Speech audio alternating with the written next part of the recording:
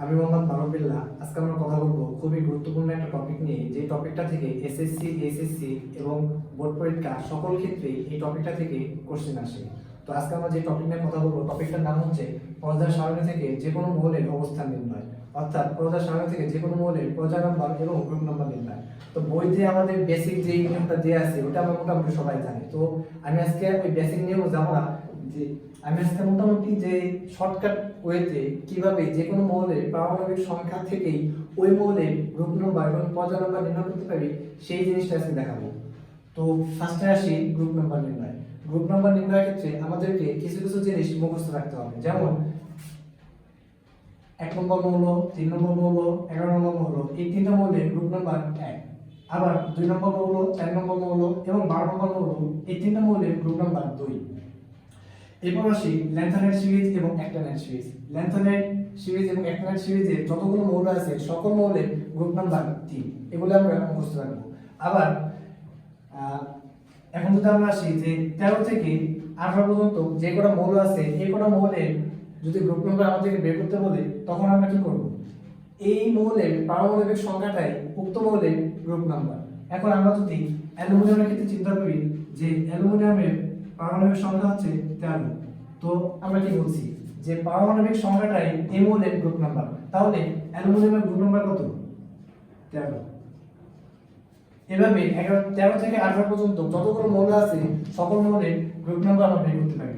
এখন আমরা আসি 104 থেকে 118 পর্যন্ত মৌলগুলোর গ্রুপ নাম্বার নির্ণয়। 104 থেকে 118 পর্যন্ত যতগুলো মৌল আছে এই সকল মৌলের গ্রুপ নাম্বার হবে 4 থেকে 18। অর্থাৎ 104 নম্বর যে মৌল আছে এটার গ্রুপ নাম্বার 4, 105 নম্বর যে মৌল আছে এটার গ্রুপ নাম্বার 5, 118 নম্বর যে মৌল আছে এটার গ্রুপ নাম্বার 18। যেমন আমরা যদি দেখি যে 115 নম্বর মৌল মস্কোভিয়াম, এটার গ্রুপ নাম্বার কত? এটার গ্রুপ নাম্বার হচ্ছে 15। তো এইভাবে 104 থেকে 118 পর্যন্ত যে কোনো মৌলের গ্রুপ নাম্বার আমরা খুব সহজেই বের করতে পারি। এখন আমরা আসি 5 থেকে 10 পর্যন্ত যে মৌলগুলো আছে এই মৌলগুলোর গ্রুপ নাম্বার নির্ণয়। তো 5 থেকে 10 পর্যন্ত যে মৌলগুলো আছে এই মৌলগুলোর ক্ষেত্রে এই মৌলগুলোর পারমাণবিক সংখ্যার সাথে আমরা যদি অতিরিক্ত আর যোগ করি, তাহলে যে সংখ্যাটা পাবো ওই সংখ্যাটা হবে উক্ত মৌলের গ্রুপ নাম্বার নির্ণয়। যেমন আমরা যদি কার্বনের ক্ষেত্রে চিন্তা করি, কার্বনের পারমাণবিক সংখ্যা হচ্ছে 6। এখন আমরা যদি 6 এর সাথে আর যোগ করি তাহলে আমাদের ফলাফল আসে 14। তাহলে এই 14টাই হচ্ছে কার্বনের গ্রুপ নাম্বার, অর্থাৎ কার্বনের গ্রুপ নাম্বার 14। এখন আমরা যদি অক্সিজেনের ক্ষেত্রে চিন্তা করি, অক্সিজেনের পারমাণবিক সংখ্যা হচ্ছে 8। এখন আমরা যদি 8 এর সাথে 8 যোগ করি তাহলে আমাদের ফলাফল আসে 16, অর্থাৎ অক্সিজেনের গ্রুপ নাম্বার 16। এখন আমরা আসি এই জিনিসগুলো আমাদের মুখস্থ রাখতে হবে। এখন আমরা আসি এগুলোর বাইরে যতগুলো মৌল আছে এই মৌলগুলোর ক্ষেত্রে আমরা কি করব? এই মৌলগুলোর ক্ষেত্রে আমরা সবসময় এই নিষ্ক্রিয় গ্যাসের দিকে লক্ষ্য রাখবো। অর্থাৎ আমাদেরকে যে মৌলের গ্রুপ নাম্বার নির্ণয় করতে বলবে ওই মৌলটা যদি এই নিষ্ক্রিয় গ্যাসের, অর্থাৎ যে মৌলটা বের করতে বলবে এই মৌলটা যদি আগের নিষ্ক্রিয় গ্যাসের কাছাকাছি হলে উক্ত মৌলের পারমাণবিক সংখ্যা থেকে নিষ্ক্রিয় মৌলের পারমাণবিক সংখ্যা বিয়োগ করব। অর্থাৎ আমাদেরকে যদি বলে ক্যালসিয়ামের গ্রুপ নাম্বার বের করুন, ক্যালসিয়ামের আমরা জানি ক্যালসিয়ামের পারমাণবিক সংখ্যা হচ্ছে 20। এখন আমরা দেখব যে ক্যালসিয়াম কোন নিষ্ক্রিয় গ্যাসের কাছাকাছি, অর্থাৎ ক্যালসিয়াম কি এই ক্রিপ্টনের কাছাকাছি নাকি আর্গনের কাছাকাছি।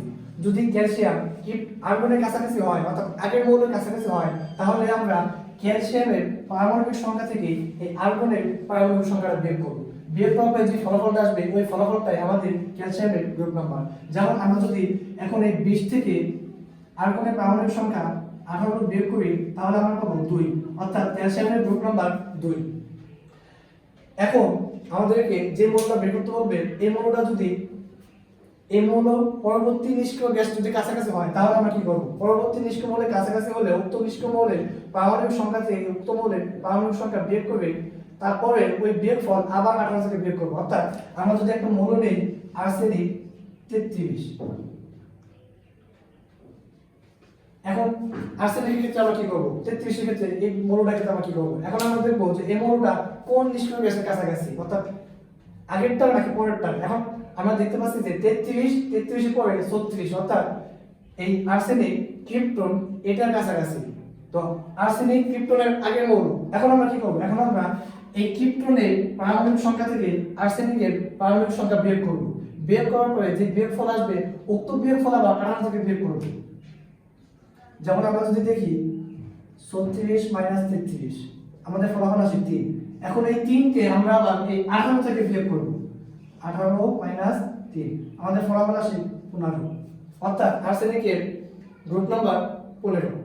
তো এই যে কয়েকটা নিয়ম, এই কয়েকটা নিয়মে আমরা যে কোনো মৌলের পারমাণবিক সংখ্যা থেকে আমরা ওই মৌলের গ্রুপ নাম্বার নির্ণয় করতে পারি।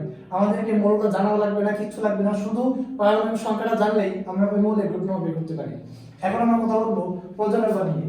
প্রজনন নির্ণয়ের ক্ষেত্রেও আমাদেরকে এই নিষ্ক্রিয় গ্যাসের দিকে লক্ষ্য রাখতে হবে। অর্থাৎ আমাদেরকে যে মৌলের প্রজনন বের করতে বলবেন, আমরা দেখবো যে ওই মৌলের পরবর্তী নিষ্ক্রিয় গ্যাস কোনটা।